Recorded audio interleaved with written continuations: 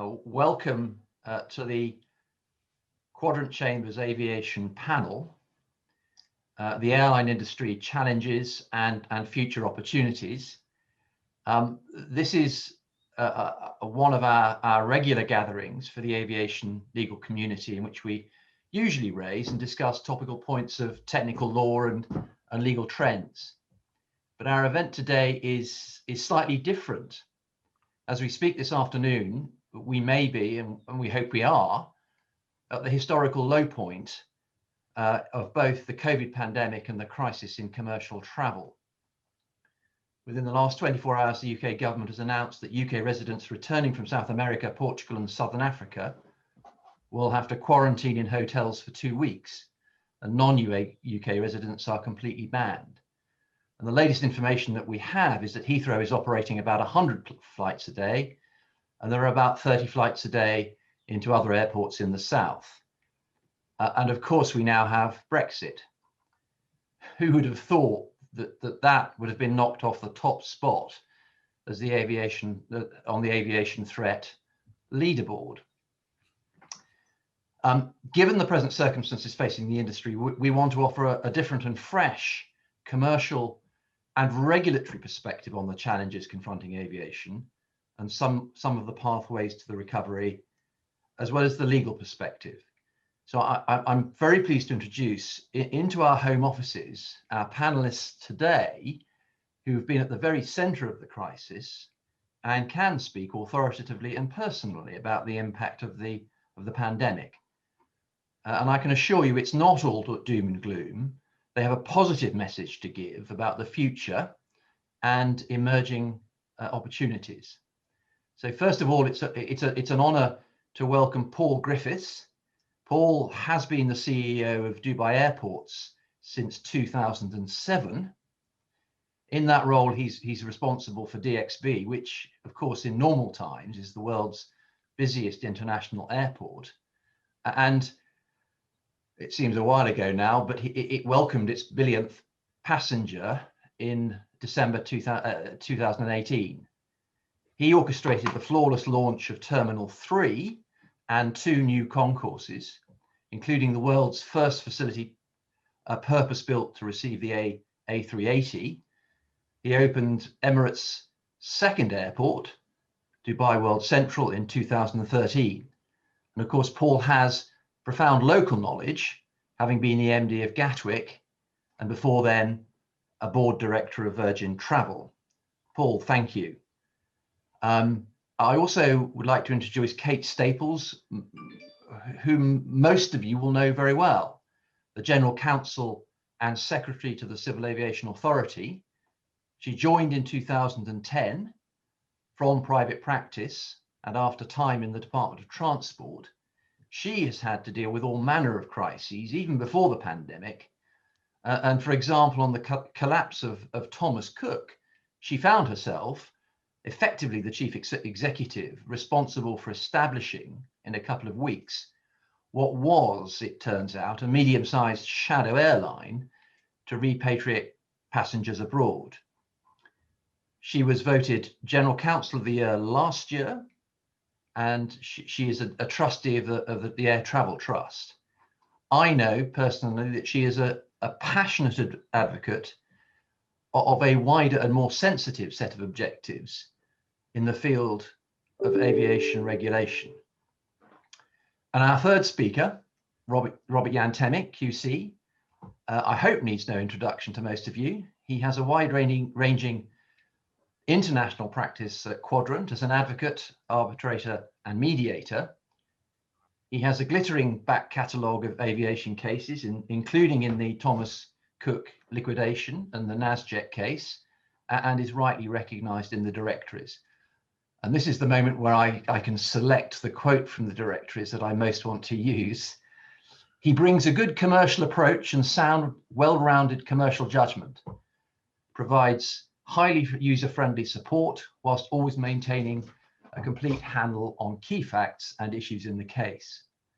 Personally, I can say that he has an astounding ability for good humour in the most testing of circumstances, and he comes primed to discuss the topic that we've all probably had to advise on recently, force majeure in aviation contracts.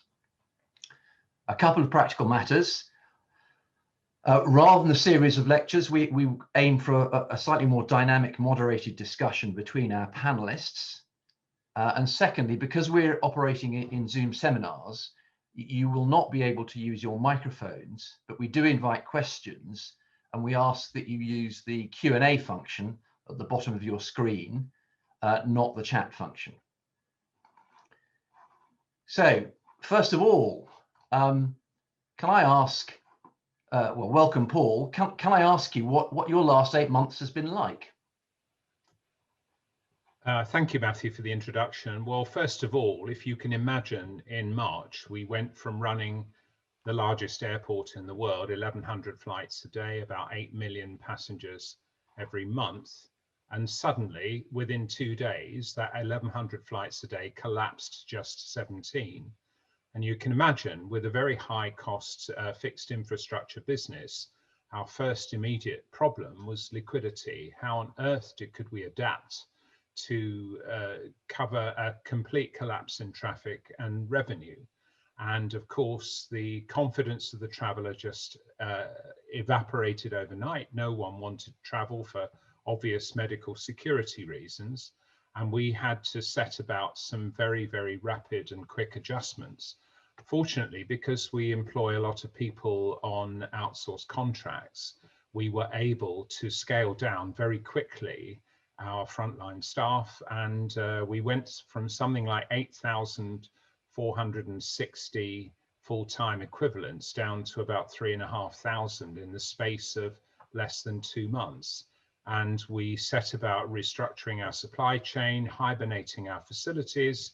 We closed our A380 terminal. We closed Terminal 1, which is the foreign airlines terminal, and the Concourse D associated with it. So we're operating on about 40% of the total infrastructure. Being in Dubai, obviously with a very high ambient temperature during the summer, that had a huge saving in the utility consumption, and we had to cohabitate several airlines into what was traditionally the Emirates only terminal, which caused a little bit of interest. And really having to scale back the organization so rapidly with such enormous change, and basically institute the sort of financial disciplines where, had we been using checks, I would have personally had to sign almost every check that had gone out, was a very dramatic experience. Then, of course, in April, we had absolutely no traffic whatsoever. And then in May, we had the same number of passengers in the entire month that would normally go through the airport in about 4 hours. So it was a very rapid and a very dramatic deterioration, and the disappearance of passengers was obviously accompanied by the disappearance of revenue. And of course, we had about 150 aircraft grounded. A lot of those were sent to be parked at our new airport. And with the A380, largest fleet of A380s in Dubai operated by Emirates, 119 aircraft with a sticker price of $440 million each on the ground, earning no money, clearly has been a very dramatic deterioration of the entire fortune of the aviation business. And I know this isn't constricted to Dubai. That experience has been the same the world over. And I'm sure Kate's got some stories of the sort of financial woes the entire industry is facing as a result of that. So it's not been a great year, as you can imagine, although, as you said in your introduction, I think the signs that we will see a recovery at some stage in the latter part of this year, once the vaccination program globally gets underway, I do share that optimism. Well, I'll come back to what's affecting passenger confidence at the moment. I'm going to quickly go over to Kate and ask really the same question, Kate. What has your last eight months actually been like? It's been an odd set of experiences, really. I mean, to sort of pick up where Paul left off, the CAA, we have about 1,200 colleagues, and of those 1,200, roughly a quarter are what we call frontline regulators. And frontline regulators usually, as the name suggests, are out and about in the field, looking at things, checking things. And one of the key things that those frontline colleagues have not been able to do since lockdown 1.0 last March is get out into the field and form an assessment.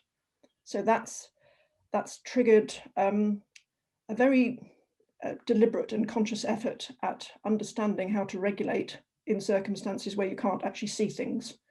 And it's triggered a much closer actual set of relationships between a regulator and regulated, with much more frequent contact between regulatory colleagues and accountable managers, for example, looking at businesses' assessment of their own real-time risks and getting a sense of what we can do to support those businesses, as opposed to what we need to do to those businesses to make them perform more effectively. In terms of practical matters, it might be worthwhile giving an insight into how we operated before and after COVID struck. Please do. We've got two offices. The London office is relatively new in Canary Wharf. We moved from central London in summer 2019, and that's largely hot desking. So those of us in London bases had laptops, we could pick them up, and moving to remote working wasn't truthfully that difficult. Much more difficult. It looks like you've been working from Mongolia, is that right? Yes, I decided that Suffolk was far too exciting for me and I had to flee the jurisdiction as soon as possible. So yes, I'm in the Mongolian steppe, for those of you interested in the photograph. For those of our colleagues working in Gatwick, it was a much more traditional setup. And I know IT departments can get quite a lot of stick in the same way that HR departments can get quite a lot of stick. But in the week before lockdown actually became formal at the end of March 2020, our IT department worked wonders to ensure that the vast majority of Gatwick staff were able to work remotely as well, by issuing and building laptops almost 24/7. And what we've had in place at Gatwick since March 2020 is a skeleton staff running the issuing of bits of paper, because sadly the aviation system still relies on bits of paper to prove that people have the necessary qualifications and skills. But that's been continuous throughout lockdown, and we've had a dozen or so people in the office every day, COVID secure, just to make sure that the system doesn't grind to a complete halt. I think there's obviously a question which I think in many ways you've identified, which is the rather cold one of where there really has been no aviation.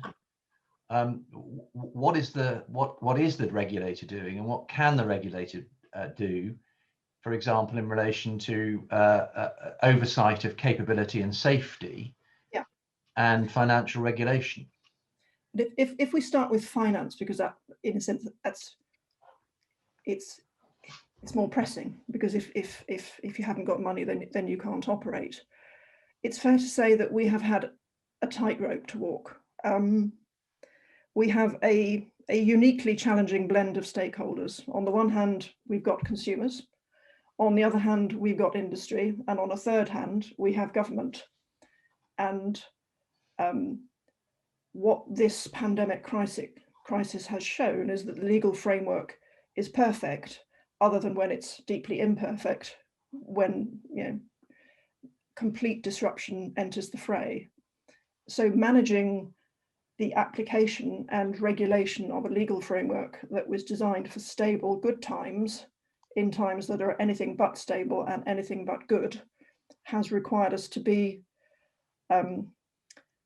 very conscious of our risks, very conscious of striking a balance and checking that the balance is the right balance, sometimes daily, sometimes weekly, because things would change. And historians might look back in years to come and see rather subtle shifts in our public statements, for example, about refunds due from airlines and tour operators. If you start in sort of the first 4 months of the crisis, we were relatively quiet. We've become more voluble on that issue as the dynamic and the balance has proved that it need to be shifted. The key thing just to draw out, which is possibly not visible outside, is the extent to which standing in the sort of centre of those three big stakeholder groups has meant that we have had to interpret from one group to another. So we have been in regular high-level contact with industry players. We have no doubt about the level of pain that industry is suffering. We equally have been in regular, frequent, high-level contact with government and officials, and we have no doubt that officials and politicians at many times have simply not had the capacity or the bandwidth to think. And so we've had to try and maintain good relationships with all sides and seek to encourage and cajole where necessary to get to the least worst place for that particular moment in time.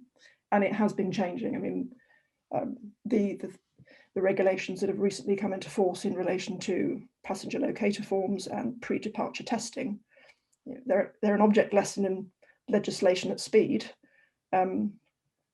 Passenger locator form discussions started in summer 2020, and quite leisurely pace. They didn't come into force until a few weeks ago. Contrast that with passenger pre-departure testing. The discussions on that didn't even start till mid-December. So we've gone from 0 to 60 in a very short space of time indeed. And you can never rest and assume that you know what the answer is and what the stance is on any given day. You always have to check. Well, I was going to take that question over to Paul. Passenger confidence and the changing rules. Paul, what are the main impacts that you see on passenger confidence at the moment? Well, I think Kate's been incredibly diplomatic about the role of government in this. I'll be more forthright.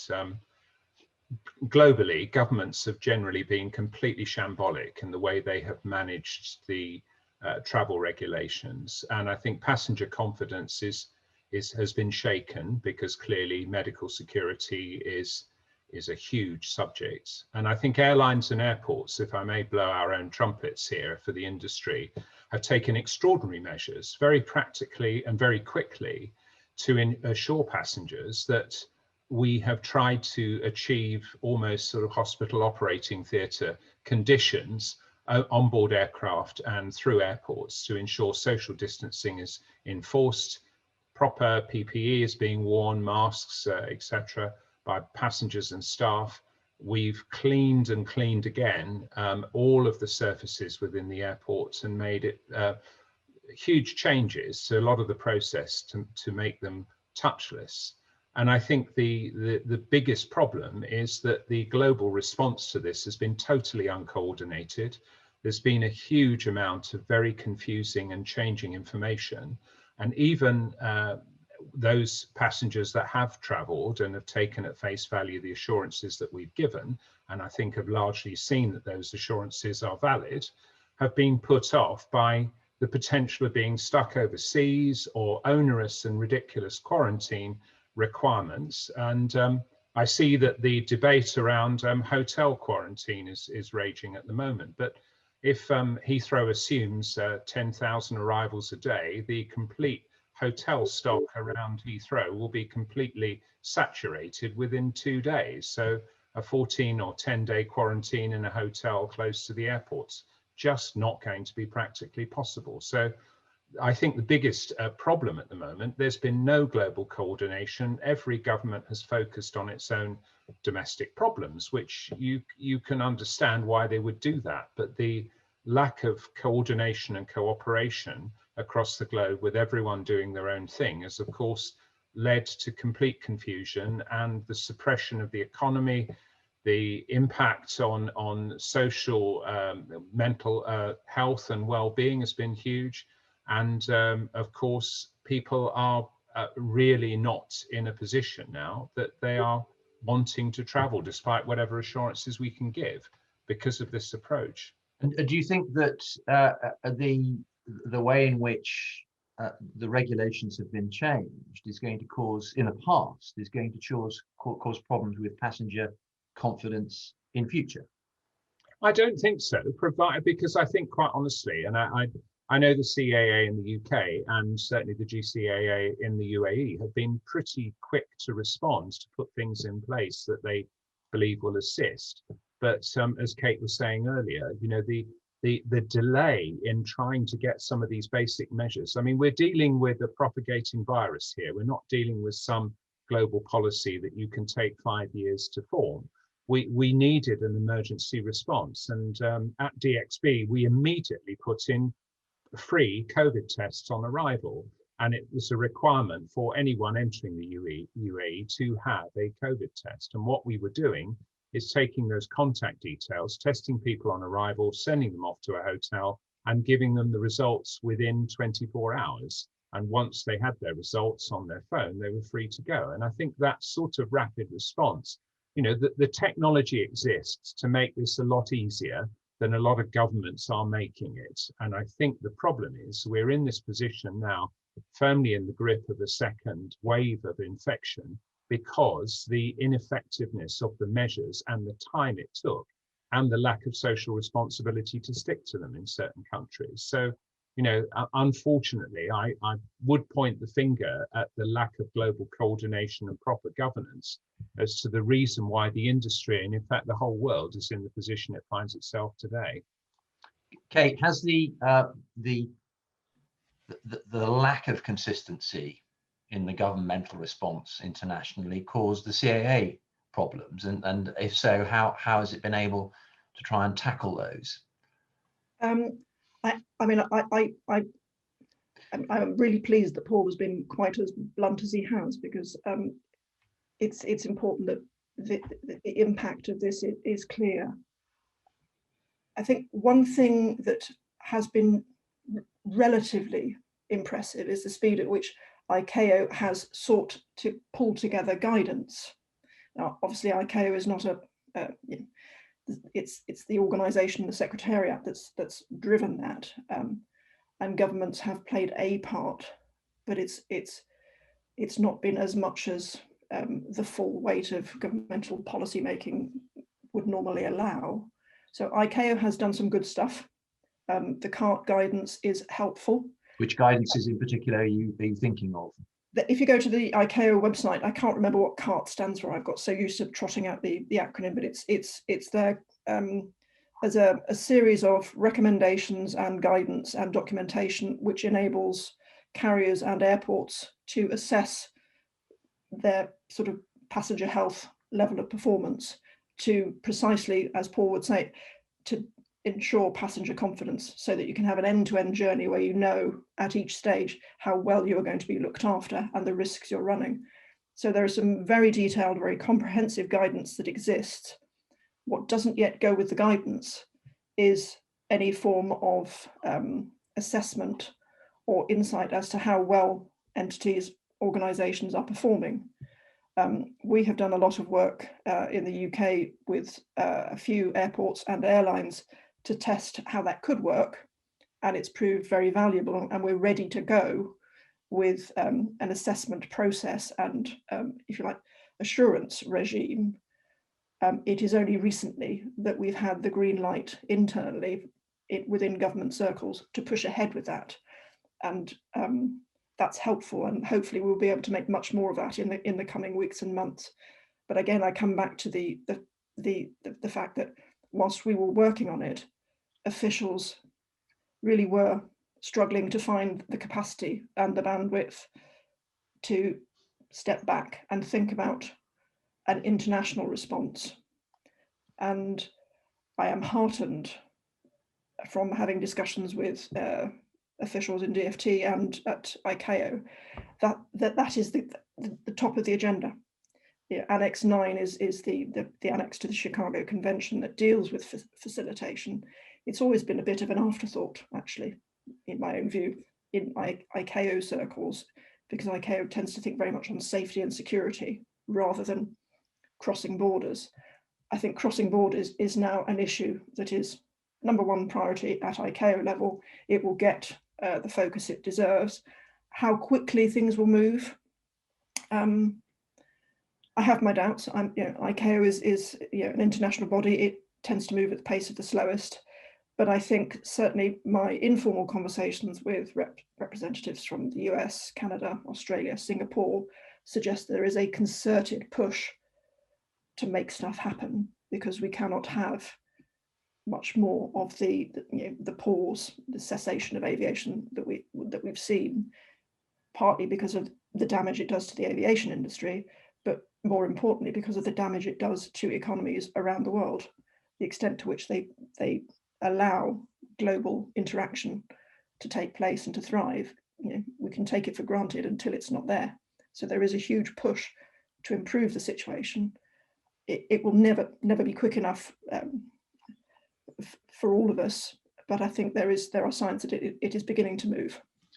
It's a shame, isn't it, that governments can't trust airports to be the gatekeepers for international travellers coming into the country, because there are so many pinch points already absolutely inherent in the airport model that you'd think the government could use those controls as people literally filter through off aircraft and into a state, and use the expertise that airports have to help out with testing, with tracing, and even with vaccinating if we got to that stage. Yeah, I mean, looking at it from end to end, it seems, to my mind, a very obvious way to think about it. Getting that end-to-end approach, we haven't yet succeeded. I can think back to various discussions we were having internally within the CA in sort of May, June time, when we were still trying to be very clear what our actual role was at that time, because in terms of health, our role then was very much in relation to aircrew and cabin crew and things that might affect the safety of the flight. We didn't then have any public health responsibilities. We advised under Section 16 of the 1982 Act, we advised the Secretary of State on public health, but it's the Secretary of State's responsibility to do things in relation to public health. It's only in recent weeks with the new regulations on testing and locator forms that we are now operating in the public health domain, as opposed to safety, security, consumer protection. So we've gone on a journey, and we're learning quite a lot of new things, many of which we'd rather not have to learn, but we are where we are. Can we take that rather interesting question from Rob and perhaps ask Paul? Paul, do you think that the airports can be, for these purposes, dispensers of health services in that sense? And is that a role that they would welcome, at least in the short term? I think yes, and in fact I have a live example of this, because in November, from the 14th of November, the UAE and the UK concluded an agreement to operate a safe travel corridor between the UK and the UAE. And during the course of the 8 weeks that travel corridor was open, we actually had something like 133,000 additional bookings during that period. And that wasn't just an airport to airport, airline to airline discussion. That was governments and health departments exchanging data, being very forthright about the infection rates and the medical measures, and basically saying, look, we as an airport can assure you we're working with the local health authority. We will make absolutely sure that the appropriate safeguards are in place to test and trace at both ends of the route. And there was that bilateral agreement, and it was incredibly successful. But unfortunately, as the infection rates globally started to climb, it was rightly suspended. So I think if you can get a bilateral arrangement between two countries where you've got the health departments, the government, because we negotiated this with Ed Lister, the special strategic advisor to Boris Johnson, and he got that through government in the UK. And I think part of that was because there was openness and transparency on both sides. So we knew what we were dealing with. And those arrangements, I think, were multilateral in terms of the arrangements, because you had airports, airlines, government, regulator, health authorities all collaborating. The difficulty, of course, is that a lot of industry associations have tried to do that on a global basis. And I've been saying all along, forget it. You will not boil the ocean. You will not get any form of global agreement on this. You're just going to have to negotiate as countries come out of this on a bilateral basis, where they find themselves in a similar place in being able to treat and contain the virus. And the latest thing will obviously be progress with vaccine. Then those bilateral arrangements can successfully be put in place. But it's all about mutual agreement on standards. And that's, I think, where we need to get to lead the recovery. And Kate, have you been involved in any sort of bilateral discussions of those sorts yet? Or is that further down the line? That's fortunately, personally, that's above my pay grade. And that tends to be a governmental set of operations, because public health and the degree to which the borders are open or shut very much a political, with a small p and a capital P, issue. Our role has been very much to be on the receiving end, and at times it really has felt like that, to be on the receiving end of marching orders from the department, and to make sure that we provide some of the activity that enables the UK, the government, to be satisfied that measures are being taken to protect public health in the UK. I'm being very diplomatic. When we're all let out of lockdown and we can meet for a drink, I'll be a lot less diplomatic. But yeah, so we've been given instructions, we've followed instructions. In discharging those instructions, we're going to do the best job we can in the circumstances, recognizing that those circumstances are still very difficult for airports, for airlines, for everybody in the supply chain, and importantly for passengers. Well, I'll be asking you about you and Dominic Cummings shortly, but can I quickly ask about the other subject, which seems to have diminished in apparent importance, but nevertheless I think is very important, is the question of Brexit, of departure from the EU. First of all, can you just very quickly give us some facts and figures about how many of your staff are involved in the Brexit issue full time? Yes, so across the CAA, we've had a programme leading up to EU exit. I'm saying EU exit because that's the official term, and if anyone catches me saying Brexit, I shall get slapped. We've had a programme running for 2.5 years, and that programme has, by and large, probably during that 2.5 years, involved a minimum of 10 to 15 colleagues full-time, peaking much higher than that as we approached each of the potential dates for departure. Coming more locally to my own team, I have a legal team of 12, and about a quarter of that team has had a Brexit focus for that 2.5 year period. It has been a very extensive, very intrusive, time-consuming body of work.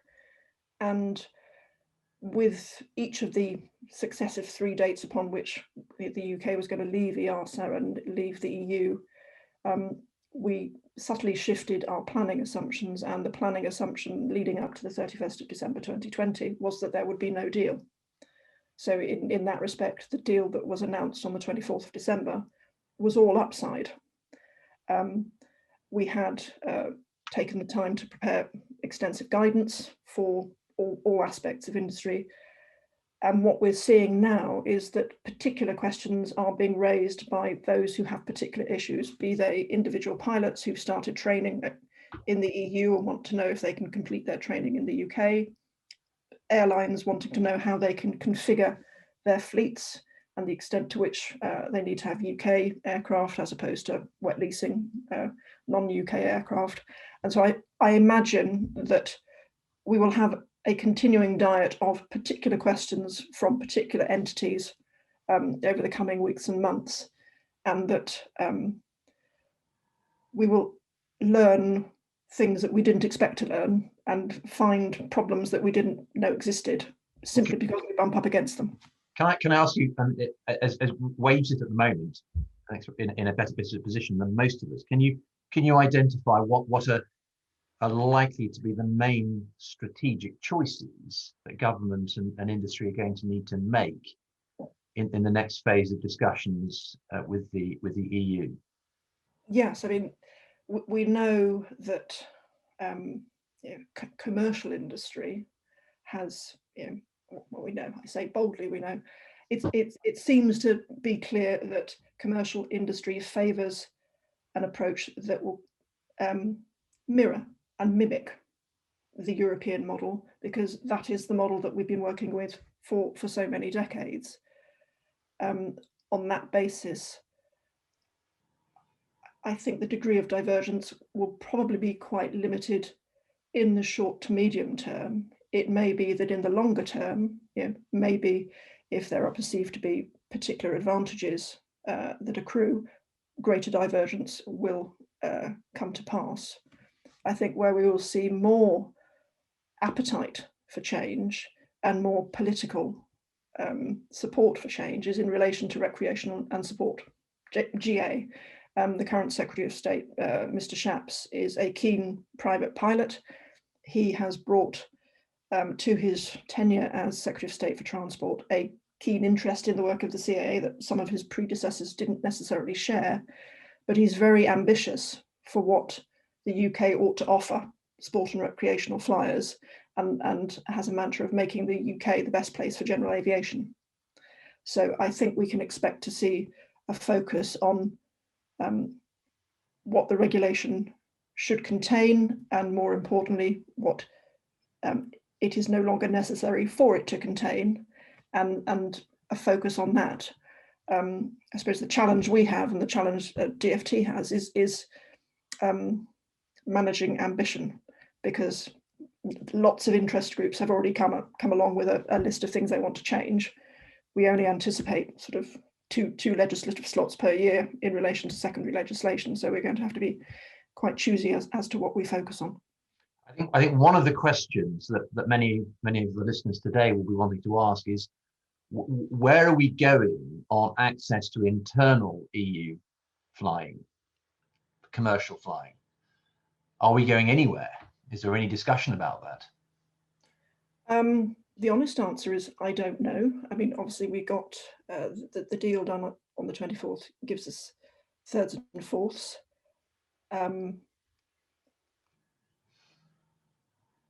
It's probably worthwhile me just alluding to the exchange of letters between the Secretary of State and Stephen Hillier, who's our relatively new chair, and I think it will be on the website soon if it's not up there already. There are indications that the government is very ambitious for the UK aviation sector and the UK aerospace sector. If we take that ambition at face value, then I would fully expect there to be quite a focus on making sure that the current third and fourths arrangements represent the low point, and that we build up from there, because that's what we've historically enjoyed, and we do. As I say, the government has a very strong strategic focus on growing UK aviation, and has made it very clear to us as a regulator that enabling that growth is part and parcel of what we should be doing. That ambition is laudable, but it's quite interesting in that if you think about how long it's taken just to consider adding a runway to Heathrow, and the capacity in the airports in the whole of the south of England. I mean, maybe Paul could talk about sort of airport development in the UAE compared with airport development in the UK, and indeed capacity.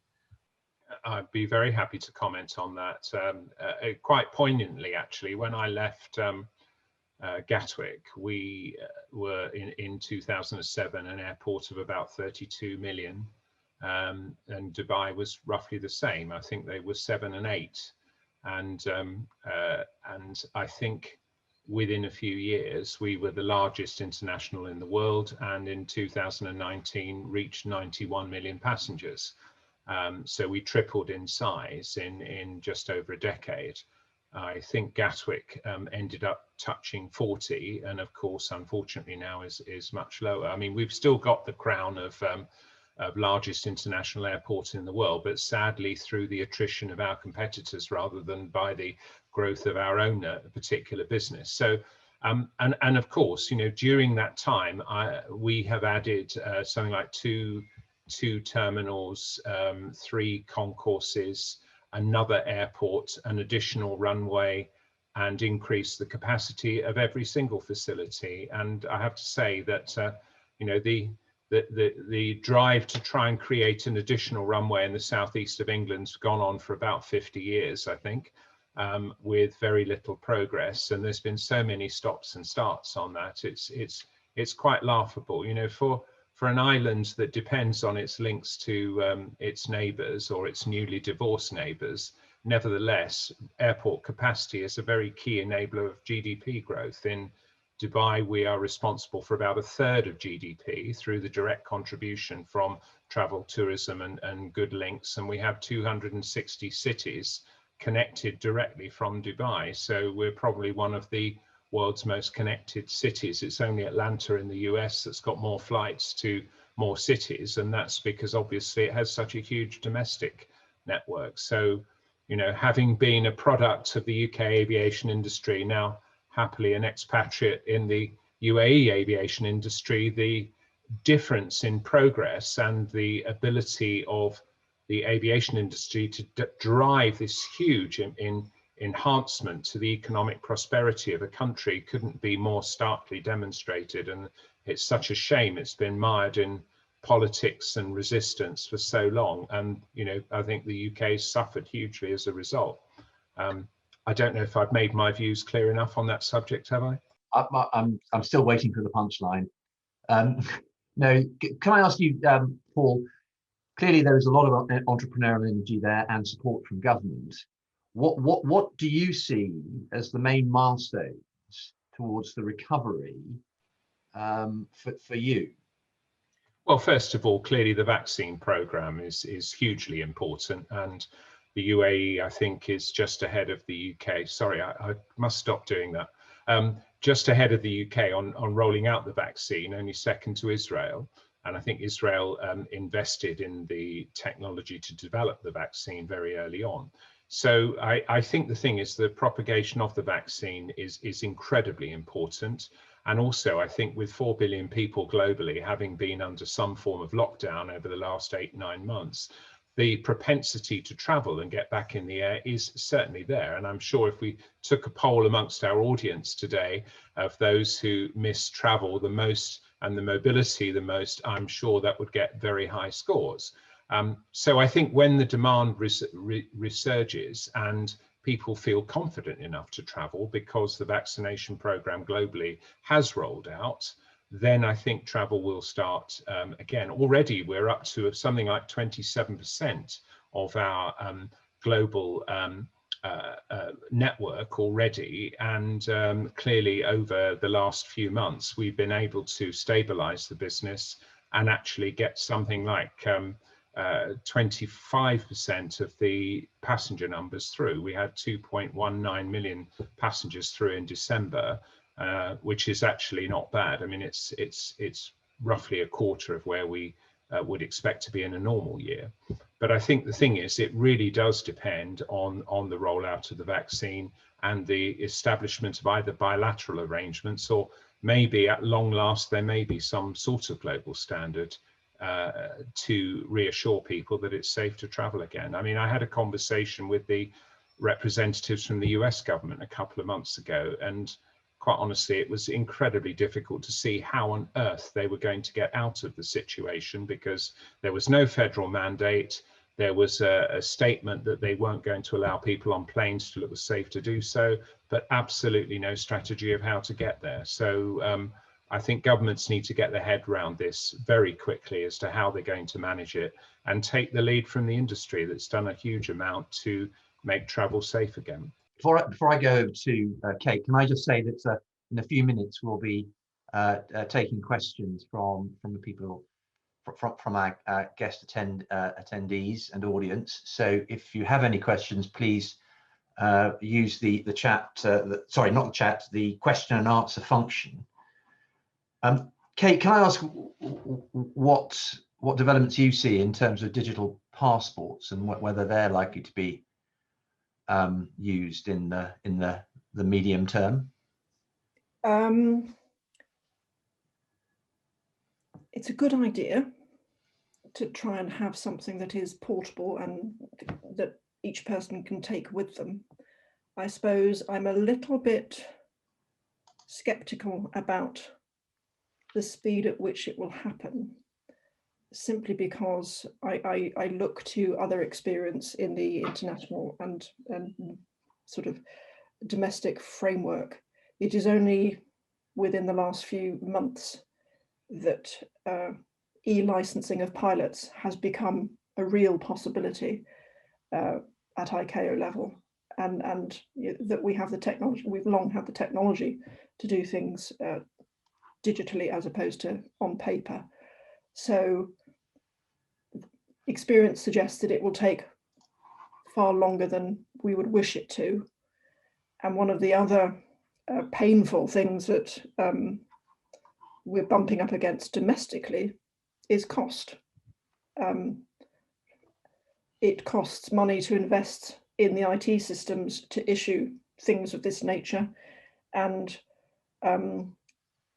the financial position is not great. I mean, when I say the financial position, the CA's position is not brilliant. We are a regulator funded by industry. Industry is much less successful than it has been in the past. So to the extent that our income depends on industry's fortunes, our income is badly affected. So we are, I know we're on Chatham House rules today, so I can sort of speak freely. We are scratching around to find money to invest in things of this nature. So it's a good idea. I think it's it goes with the grain of how people do things these days, be they organisations or individual passengers, as to the finance to back up the will. That I think is going to be the key problem. Can I ask you? We have a question. I'm afraid because of GDPR, I can't give you names.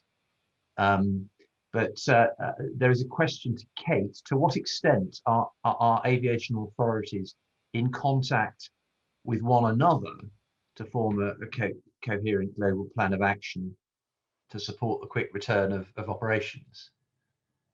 There are many contacts at all sorts of levels. To give you an insight into my own contacts, I have been in weekly conversation with sort of my counterparts at the FAA in Australia, Canada, and Singapore throughout the last 12 months. So we have a weekly call where we try and work out what the art of the possible is, and that is supplemented by the Civil Aviation Legal Advisors Forum, which brings together advisors to NAAs across the globe.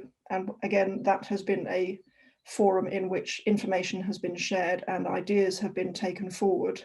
And that's just in the legal domain. And I know that in the public health domain and in the safety, security and consumer protection domain, those sorts of engagements happen all the time. Translating those engagements into concrete changes that Paul might like to see in terms of a global framework does require government, as opposed to mere NAAs, to get involved, and that's where the capacity problem is most acute, I think. Thank you. Can I just come in here on a very good point that Kate made?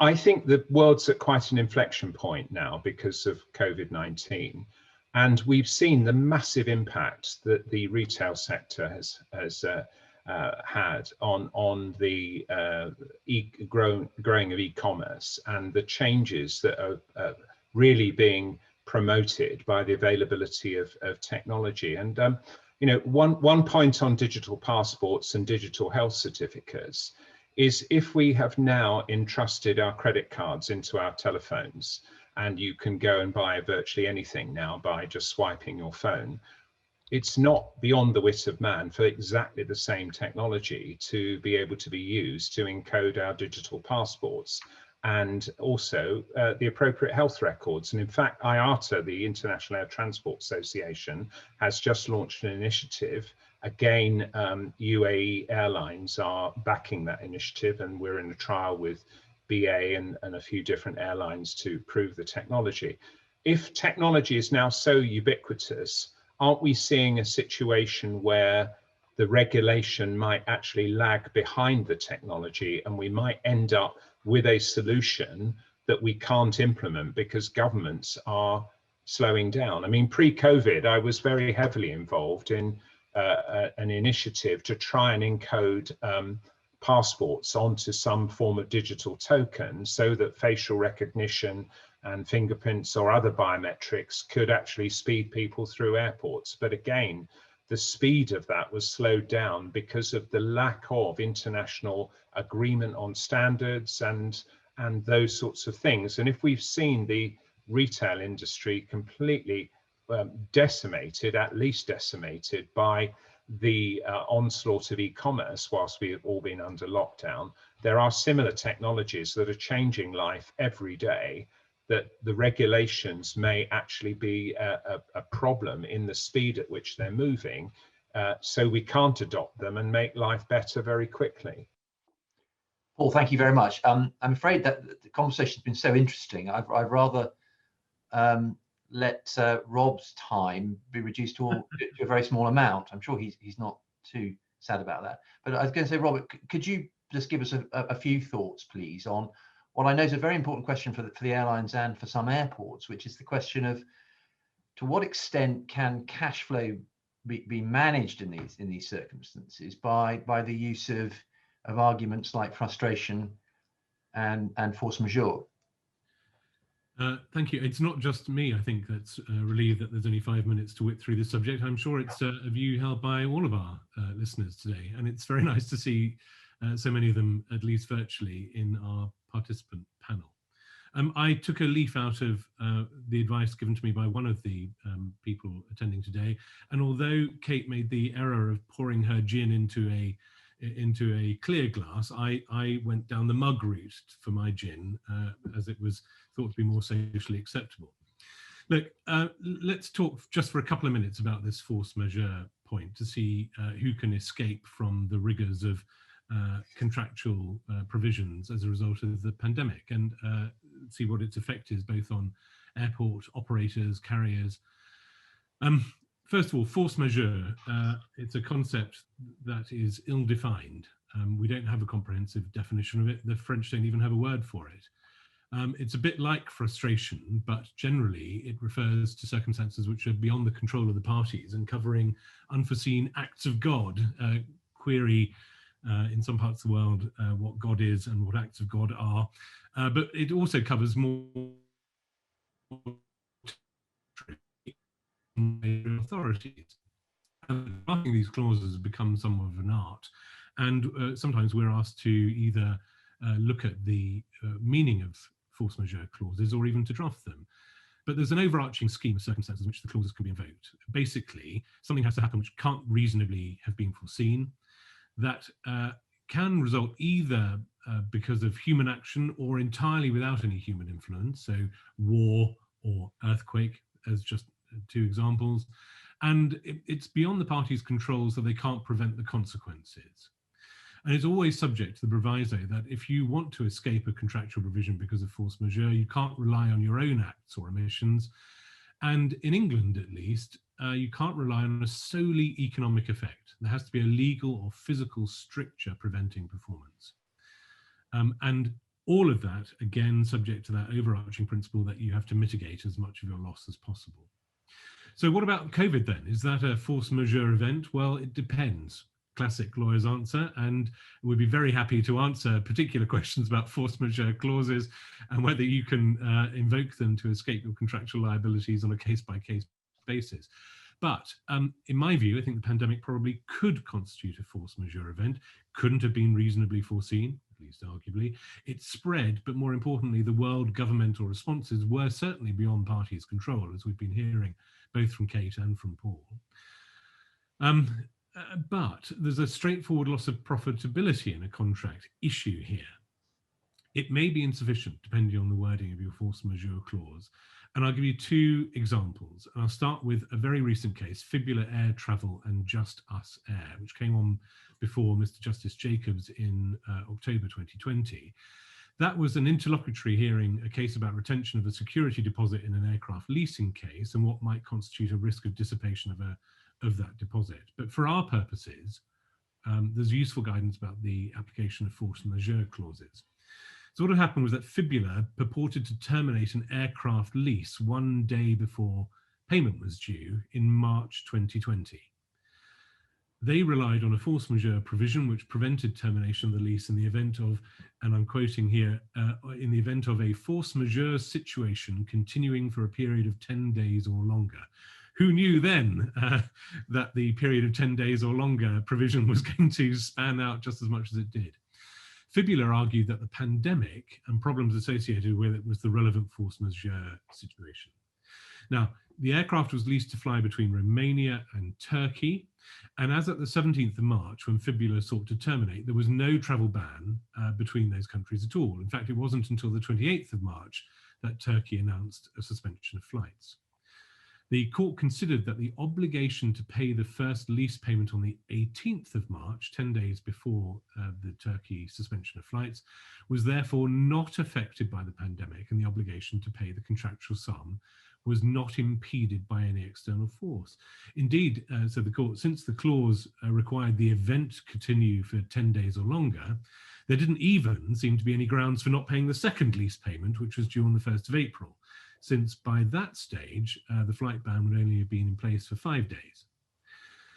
So that was an application for an injunction, and the court hasn't considered all of the merits or indeed all of the arguments, but the difficulties the airline was likely to face wasn't sufficient to constitute a force majeure event. In effect, the court was reiterating the principle that although force majeure clauses can be drafted in numerous different ways, they generally operate to relieve parties from their contractual obligations when the performance of that obligation is frustrated, hindered, or delayed by events beyond their control. Just pointing to what the problems caused by the pandemic are likely to be wasn't enough, although it depends on the wording of the contractual force majeure clause. And it's also worth remembering, I think, that force majeure clauses aren't the only potential get out of free cards available to contracting parties. It's not unusual to see material adverse event clauses in contracts, and I'd see those as the sort of next layer down underneath the force majeure clause. So look, that was an example from 2020. Let's have a look at an earlier example from 2010. And in the case of Tandrin Aviation Holdings and Aero Toy Store, that was a case heard by Mr. Justice Hamblin. Tandrin agreed to sell the toy store an executive jet for $31.75 million. The irony, presumably not lost on Mr. Hamblin, jets to toy store. The $3 million deposit was paid, but the defendant refused to complete the sale. And Tandrin sought summary judgment for release of the deposit from escrow and for an assessment of damages. Now, there were all sorts of skirmishes about jurisdiction, about penalty clauses, but again, for my purpose, the toy store claimed that there was a force majeure event which permitted rescission of the contract because of what it called unanticipated, unforeseeable, and cataclysmic downward spiral of the world's financial markets. So they were relying on the 2008 crash to get them out of a sale of an executive jet in 2010. Well, the court didn't take long to grant summary judgment on that point. And on that force majeure point, the court found there wasn't even a triable argument that the defendant could rely on the force majeure clause to excuse its non-performance. Court said that a change in economic or market circumstances affecting the profitability of the contract or the ease with which the party's obligations could be performed just wasn't regarded as a force majeure event.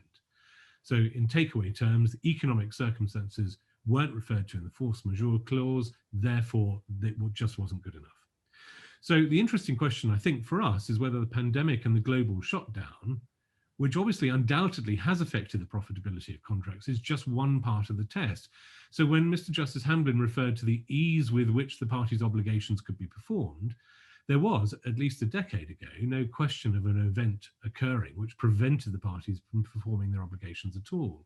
But now, sickness, quarantine, isolation of air crew, travel restrictions, travel bans, they don't just affect the ease of the parties' obligations to perform their contracts, but they can frustrate them entirely, render them impossible to perform. And if that's the result of a global pandemic and governmental or regulatory strictures, why shouldn't that be a force majeure event? It's outside the party's control. They couldn't reasonably foresee it. They can't mitigate the effects, and it doesn't have just economic effects, but it prevents entirely performance. So in circumstances where the pandemic's a major force affecting all aspects of our lives, why shouldn't people rely on that as an excuse for contractual performance?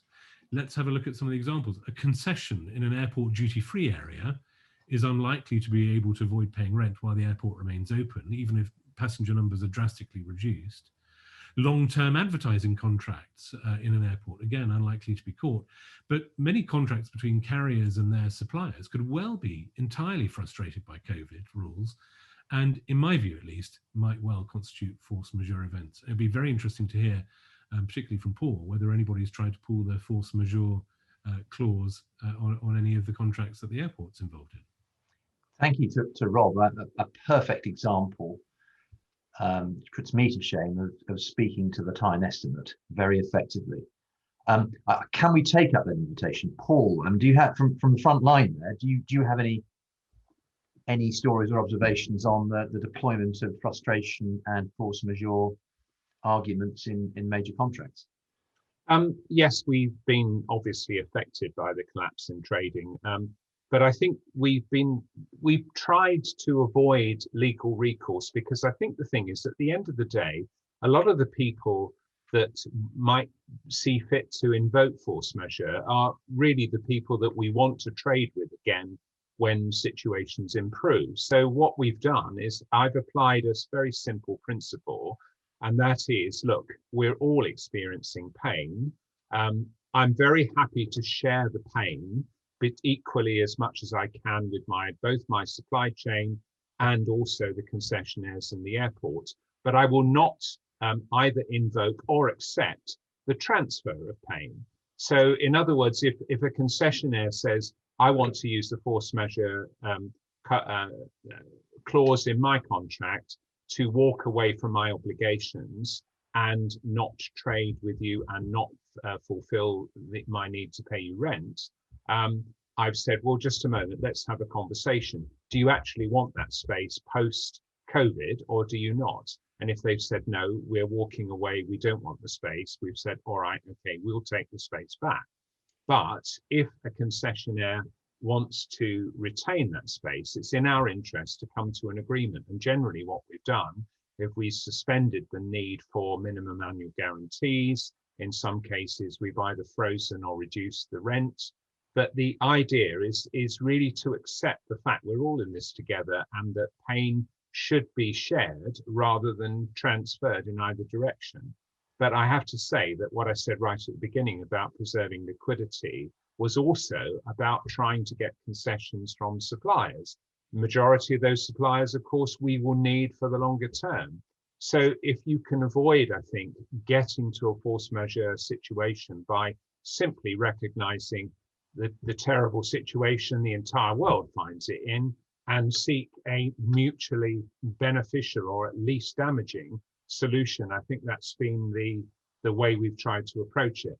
Clearly, in all cases, we won't be in that position, but I think, you know, the application of force majeure certainly will apply in some cases. I mean, the Boeing 737 MAX, of which we've got 14 parked at our aircraft, clearly the airline involved is invoking force majeure not to pay parking charges. But again, that's a conversation that we have that's been ongoing for some time, as you can imagine.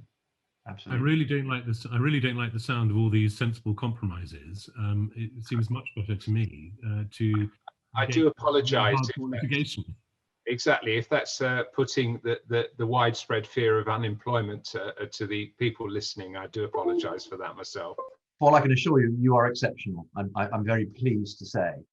But can I ask, what, in relation to the mechanisms by which as you put it, the pain is shared, if I can take that metaphor not too far, is extending contracts, extending leases to retail outlets, extending finance for another year or for an equal period push effectively the capital, the cash flow cost to the end of a long-term contract? Is that a mechanism which is being used by you or all those? Really, the predominant mechanism has been to seek a concession on rent and then to agree payment terms which are extended. I mean, that's applied to airlines who owe landing fees and various things like that. So, but again, you know, what we've tried to do is recognize whether the concessionaire or the airline in this case is actually earning revenue. And if they're earning revenue, then there's no reason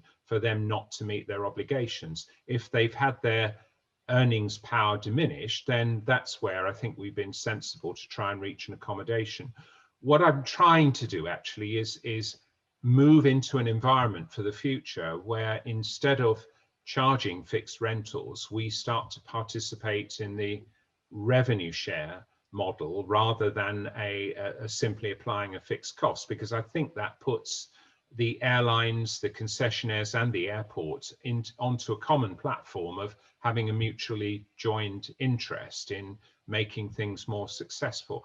You know, COVID-19, I think, is going to accelerate a whole different approach to the way we think about business relationships.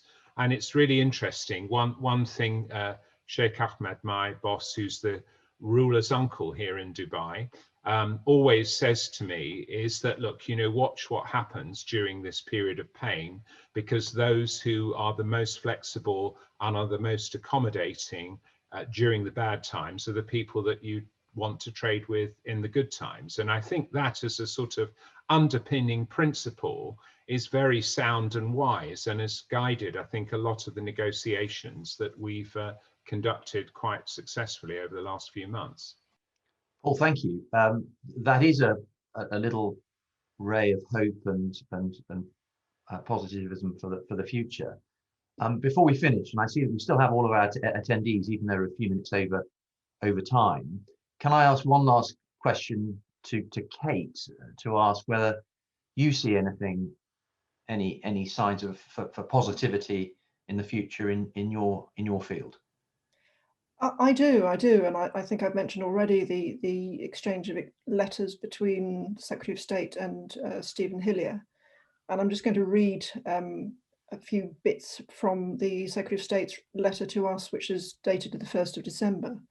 And he says, "I want the CAA to go beyond recovery and be at the forefront of enabling the UK aviation industry to flourish, to be globally influential, and to take advantages of new opportunities as we leave EASA. And in particular, looking sort of perhaps to the medium and longer term, to support new business models and other innovations that have the potential to drive significant growth whilst achieving our net zero by 2050 ambitions." So that is a very strong set of political marching orders, which we are going to be translating into day-to-day activity within the CAA. And as you said earlier, yes, it's regulation, but it's regulation that is enabling and shouldn't be seen as a, if you like, I know some people in the past used to call us the campaign against aviation. That's very much the antithesis of what is expected of us in any event with the current administration, but particularly in the wake of COVID. So we have got some very strong marching orders to be part of the solution to help aviation flourish. And can I one last question? Can I ask you whether, from where you sit, you can give an example of innovation which is working its way through the regulatory pipeline? I think what we've seen, even through the darker times of the last 12 months, is growing interest from non-traditional players coming into the aviation market with new technologies that fly. And those new entrants in aviation are driving us to think very long and hard about how they can sit within the current framework, but more importantly, how we can remodel that framework so that it is more open and accessible to innovators in the future. So we have a regulatory sandbox, and we are also gearing up our regulatory lab this year to very much focus on how do we enable innovation as standard rather than as a special project. Thank you very much. Well, I think we will wind it up now. Can I say, first of all, a heartfelt thank you to Paul, Kate, and to Rob. I think in particular for bringing a few shafts of reality from the front line into our rather gloomy home workspaces. We appreciate the time you've taken to prepare this, and I think particularly the forthrightness of your views means that it's been a vibrant and really engaging discussion. So thank you very much indeed. Our deepest thanks. And I think on behalf of the listeners, the London legal community, I think we genuinely wish you the best for the next few months. It's important work, and I think we recognise how hard the challenges are and how hard you're working to meet them. So thank you. The last thing I'd like to say is that our next talk will be on a subject which has been mentioned by Paul, and perhaps we ought to ask him to come back, which is the Boeing Max. Or perhaps we should be asking Kate, because I know that the CAA is redeveloping its type design certification capability. But we thank you for all of you for joining. This has been a record attendance for one of our seminars. I'm extremely sorry that we don't have the pleasure of talking to you, at least not at the moment, but I hope we will restore that as soon as possible. So thank you to our listeners, and thank you to our panel as well. Thank you.